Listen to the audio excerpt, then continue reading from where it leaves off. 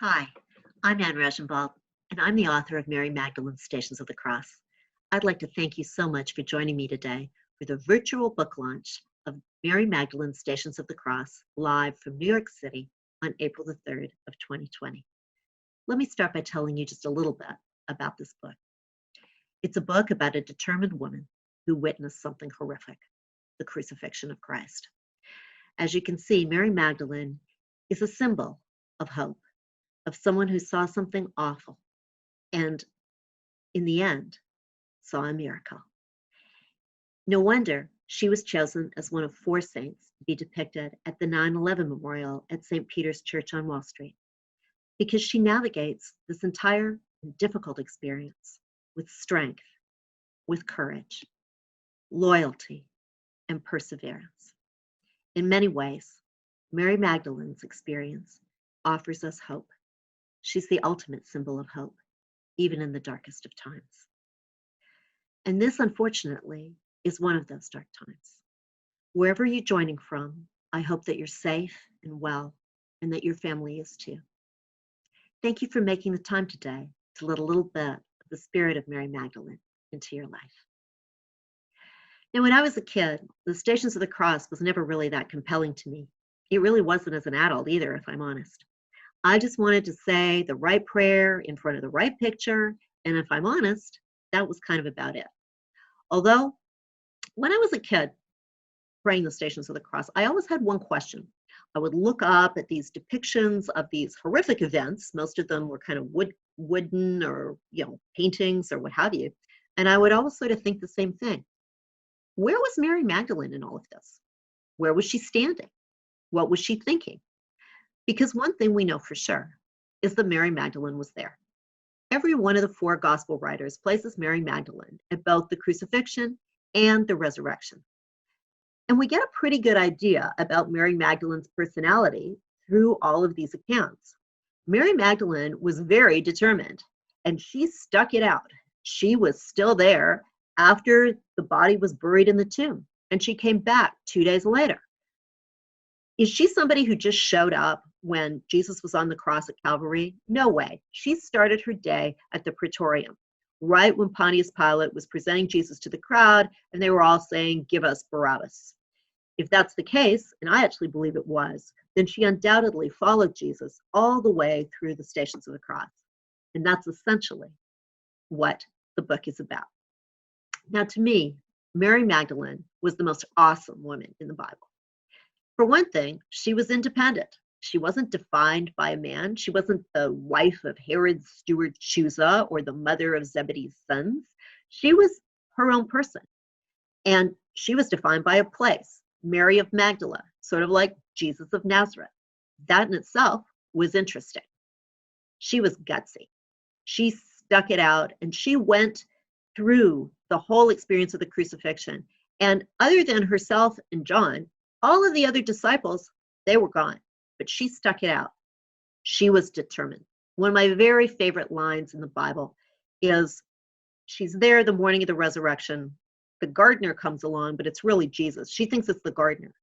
And what does she say to him? She says, "Sir, if you'll tell me where you've put him, I'll go and take him away." This is a take charge kind of woman. She was unstoppable.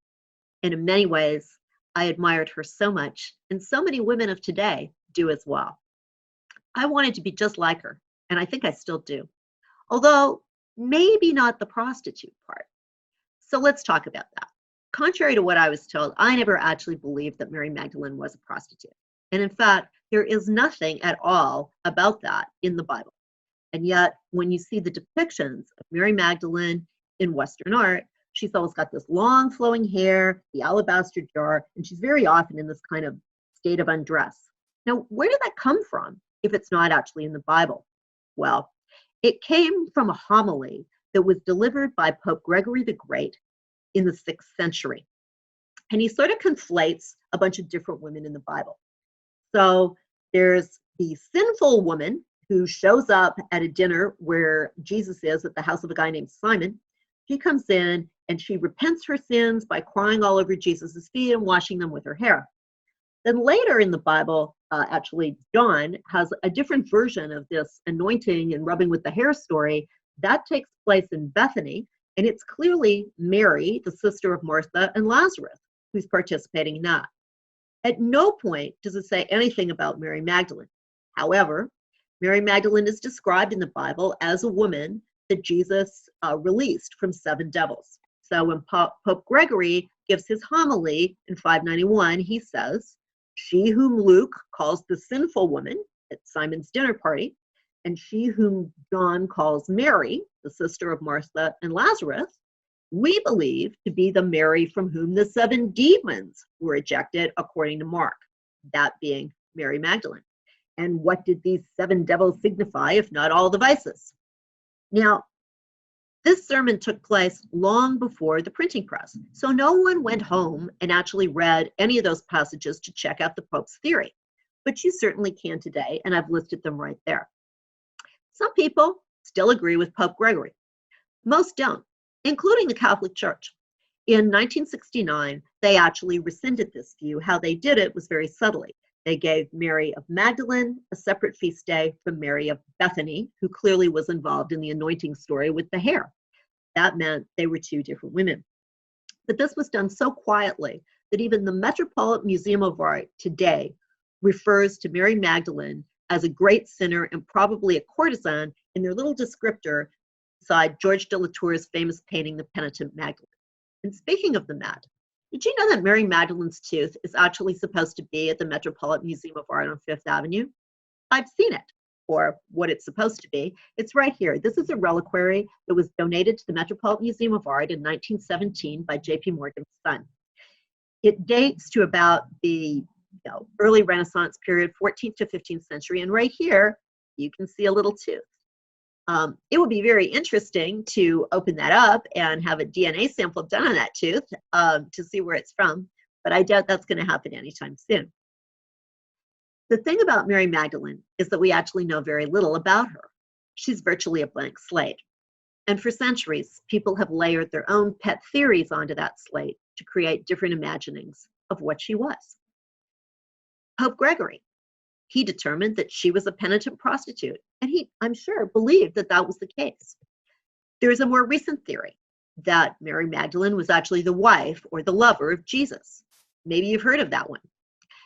And then there's a really interesting one, which comes out of the Orthodox Church, which is that Mary Magdalene is sort of a heroine who confronts the Roman Emperor Tiberius a few years after the crucifixion in order to take revenge on Pontius Pilate. Now, personally, I was a big fan of that one. I first learned of this story when I visited the Church of St. Mary Magdalene, pictured right here on the Mount of Olives in Jerusalem. And when you walk into the church, what you'll see right before the altar is this beautiful picture. Here we've got Mary Magdalene, and she is not in a state of undress. She's quite conservatively dressed, in fact. She's confronting the Roman emperor, and look at what she has in her hand. It's an egg. What is going on in this story? Well, if you grew up, as I did, in the Roman Catholic or Western side of Christianity, you wouldn't know this story at all. But in the Eastern side, the Greek Orthodox, Russian Orthodox, and all through the Eastern world, this is their version of Mary Magdalene. After the crucifixion, she went to Rome and she confronted the Emperor Tiberius. And she complained to him about his governor, Pontius Pilate, and that he had had a sham trial and convicted an innocent and wonderful man to a horrible death by crucifixion. He should be replaced. She brought with her this egg, and she used it to illustrate the story. First, she said, well, it's like the stone that was rolled in front of the tomb. But 3 days later, I saw this crucified man alive, and I spoke to him. And just like an egg, you may think there's nothing there, but there was life inside because the man was alive. Now, the legend goes that Tiberius said, this story that you're telling me about this crucified man coming back to life 3 days later is so bizarre and unusual that the odds of that actually happening are the same as the odds of that egg actually turning red in your hand. And the legend is that the egg turned red in Mary Magdalene's hand. This, my friends, is the origin of the tradition of Easter eggs and the Orthodox tradition of Mary Magdalene. Unlike the portrayal of Mary Magdalene in the Western world.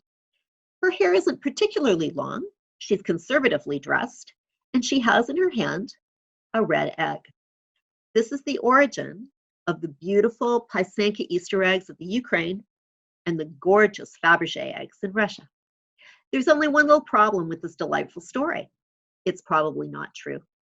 The Emperor Tiberius actually retired to the island of Capri in 26 CE, 7 years before the crucifixion, and he never returned to Rome.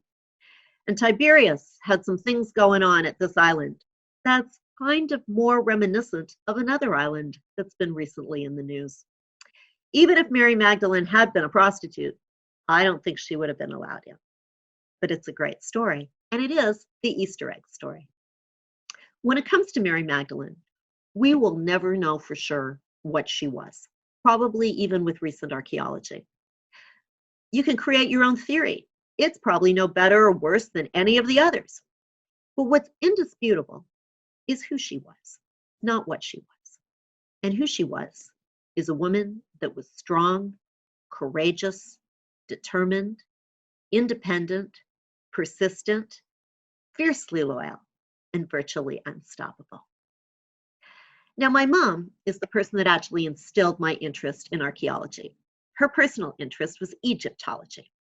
When she was a teenager in Edmonton, her mother, my grandma, had some friends that came over, to tea, and brought with them a man who was in Edmonton working on the Alaska Highway.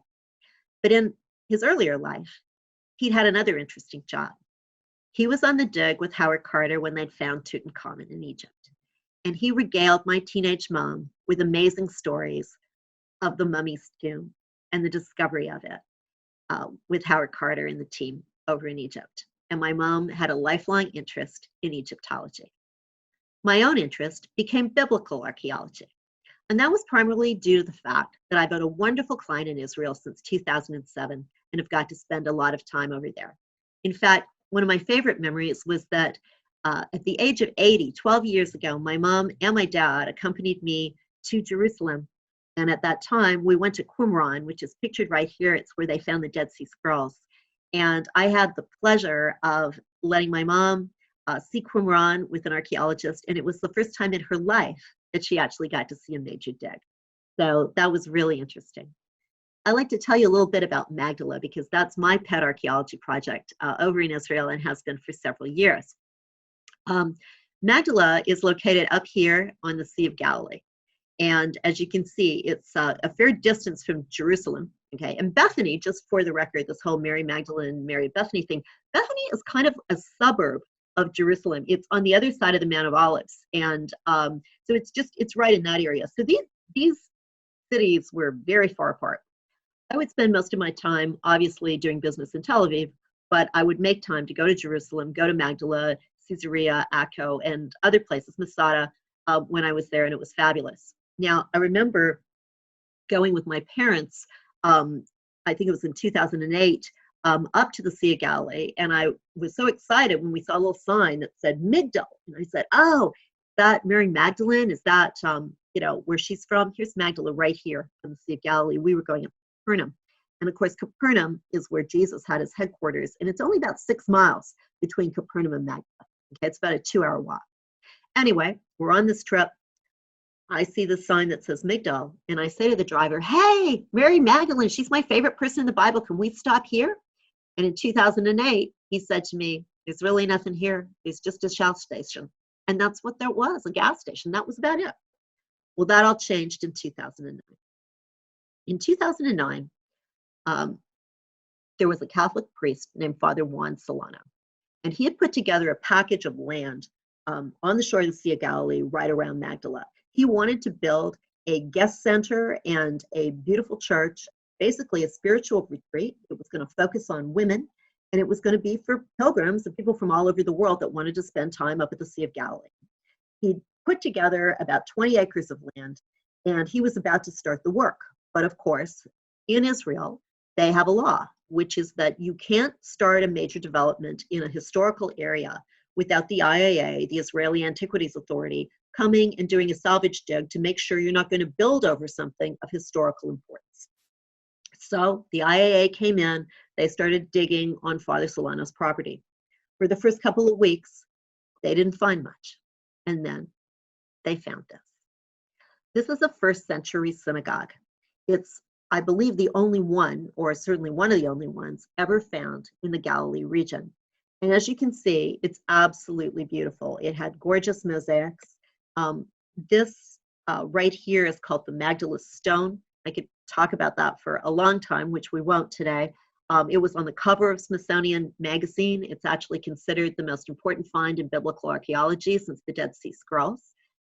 There were fabulous portions of frescoes. You could even see the paint on them, which is fantastic.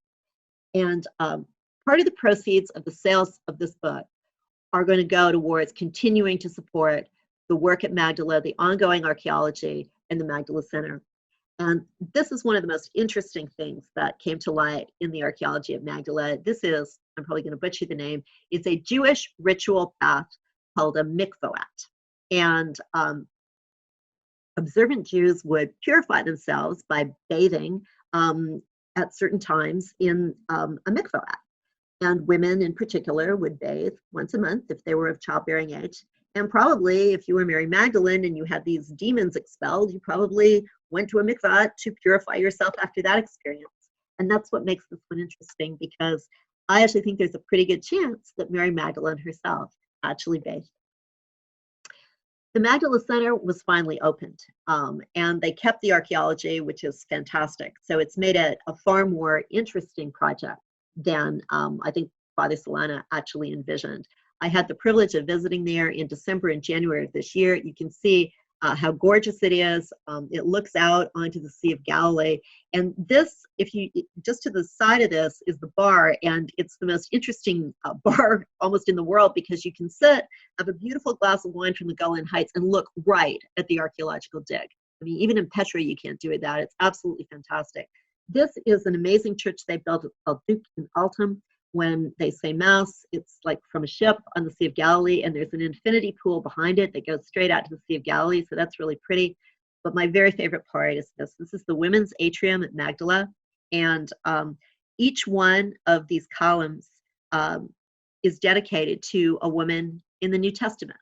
And it's the only place in the world that I know of that does something like that. And the most beautiful part of it is this mosaic, which is in Latin, that goes right around it. And this is what it says. In this holy place, the church gives thanks for the feminine genius, for the eternal dignity of women, and for the great works that God has done through them throughout history for humanity. I had always wanted to write a book about Mary Magdalene, and the book I originally envisioned was entirely different than the book I wrote. It was actually going to be kind of a funny account called Mary Magdalene and the Accidental Archaeologist, all about the discovery of Magdala.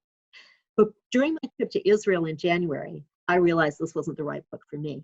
In fact, there was a young man that had spent about a year already writing a book about the discovery of Magdala. So I kind of gave up on that one. After that trip, I was back in Jerusalem. And as many people do and love to do, I was walking the Via Dolorosa in the Old City, and I was specifically looking for this station right here. This is Station 6, and this is where Veronica wiped the face of Jesus. I have a very dear friend named Veronica, and I wanted to find this and send her this picture. And all of a sudden, I found myself asking an old question. Where was Mary Magdalene standing during each of the stations of the cross? And what was she thinking? And suddenly, I started thinking that all the way through the Via Dolorosa. I took it all in from the perspective of Mary Magdalene, and it was an entirely different experience. All of a sudden, it came to life like a movie. It was a movie full of despair and grief and raw, painful emotion, punctuated by acts of compassion, nobility, and grace. In short, it was marvelous. And I realized right then that that was the book I was supposed to write, to give other people this experience, because it was very different and it was great. I decided that there was going to be 4 components in the book, which there are. Photographs of the actual sites of the Stations of the Cross in Jerusalem. But if that's all you had, you might as well be writing Lonely Planet. Anyone can do a travelogue with the pictures from the Via Dolorosa. Now, what makes this book different is that each station is told from the perspective of Mary Magdalene, and that's what brings them to life. I apologize. If you've heard a siren, unfortunately, that's an ambulance going by. This is New York in the middle of coronavirus, and it's another reason why we need hope, and we need the spirit of Mary Magdalene right now more than ever. Let me get back to the book. What I also included for every station was reflections and prayers. And the idea was to try to tap into the humanity of each station. For the people that read the advanced reader copies, they gave me wonderful feedback on that. Everyone seemed to feel that this was the part that grabbed them. And it's the part that I'm probably the most proud of in the book, because I think it speaks to people and it gets people in touch with their own nobility, their own best selves in navigating a time of crisis and other things in their lives. Finally, I'm kind of a frustrated history teacher at heart who went to law school and got an MBA. And I just can't write a book like this without talking about history and archaeology. So I've included that as well. I'd also learned of a 500-year-old book that was printed in Germany in 1521 called Geistliche Straße. I probably mispronounced that one too. It was a book about the Stations of the Cross, but what made that very different and interesting is that it included illustrations of the stations in Jerusalem. And no one had ever done that before, showed people what the actual stations on the Via Dolorosa looked like. So in a way, this book is an homage to the 500-year-old book and shows the Stations of the Cross today. Now, one of the biggest challenges, if you're going to include the Stations of the Cross in a book, is to actually get pictures of the 4 stations inside the Church of the Holy Sepulchre without masses of tourists. That is no easy task. And it was kind of like a sign to me. I think I said to myself, hey, if I can get those pictures, then I'm meant to do the book. But they weren't easy to get. Luckily, the Church of the Holy Sepulchre opens at 5 o'clock in the morning every day. And while I wasn't quite that diligent, I was there at 6:45. Now, permit me a little segue. One of the really interesting sites in Jerusalem right now is something, well, for a long time, I guess, but it's more popular now than it has been before, is something called St. Peter in Galilee. What is this? This was actually the house of Caiaphas, the high priest. And when you visit it, you'll see these steps. And without a doubt, Jesus walked up these steps on his way to the trial before the Sanhedrin. This is also the very famous place where this incident occurs. Jesus had said to St. Peter, hey, you're going to deny me 3 times by the time the cock crows. And he's in the garden of this place waiting to see what happens to Jesus. And people come out and start asking him, hey, aren't you with Jesus? Aren't you one of these guys from the Galilee? He says, no, I don't know this guy. Okay. And then the cock crows, right? And so here's the statue here that sort of depicts this event at St. Peter in Galilee.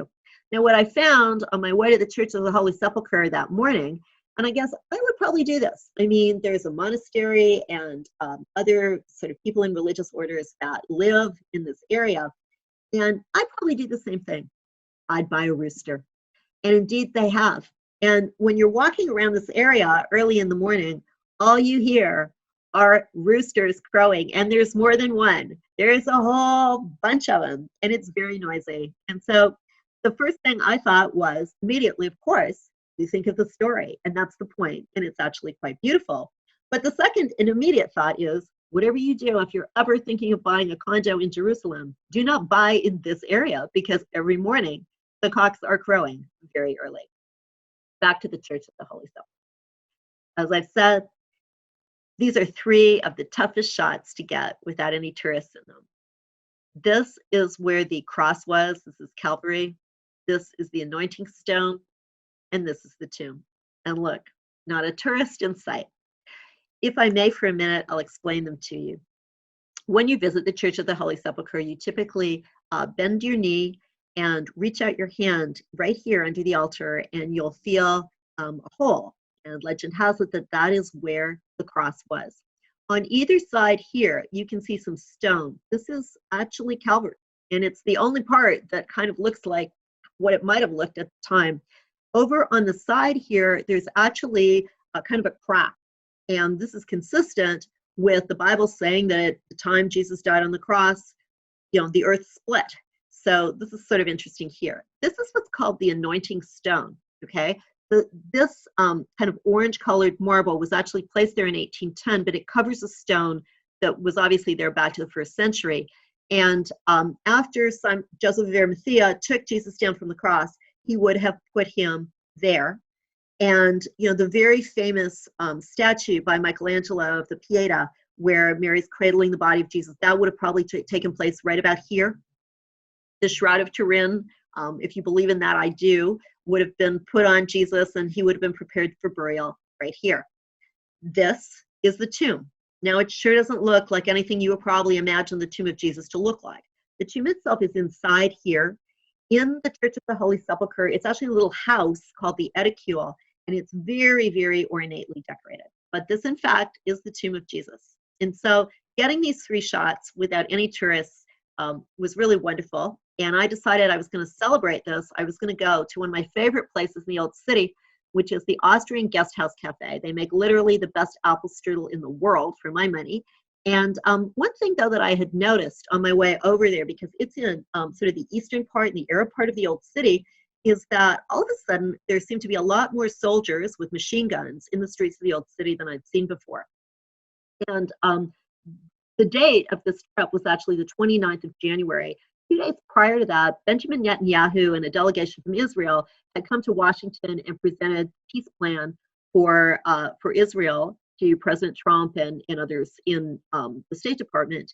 And anytime there's a peace proposal in Israel, there's some violence that very often erupts. And it became clear to me walking around in the Old City that morning that things were not looking normal. So when I got to the Austrian guest house, the first thing I did was check my phone. And indeed, the U.S. Embassy issues a warning to all U.S. citizens who should avoid travel to Israel, particularly the city of Jerusalem. Avoid all personal travel to the Old City, and especially the areas around the Lions Gate and the Damascus Gate. Now, where this cafe is, it's literally right down the street from the Lions Gate and around the corner from the Damascus Gate. So I am reading this sitting in a cafe right where I'm not supposed to be.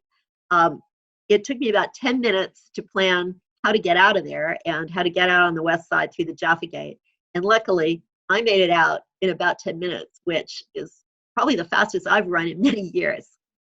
That night, I was back in my hotel, and I saw in the news that they had actually closed the Damascus Gate at 12:30 because they'd found 2 men wielding large hunting knives and planning a terrorist attack in the area. So I was awfully glad to have made it out of there.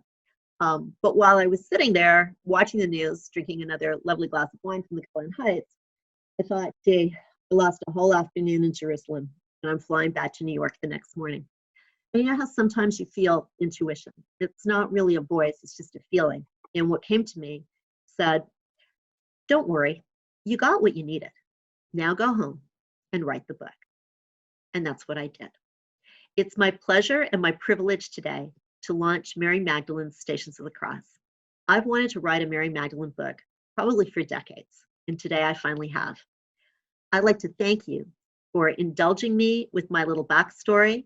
I hope you enjoyed it, and I'd like to toast all of you and thank you for your support, especially those who read the advanced reader copy and then said to me the 4 words closest to every author's heart: I love you, book.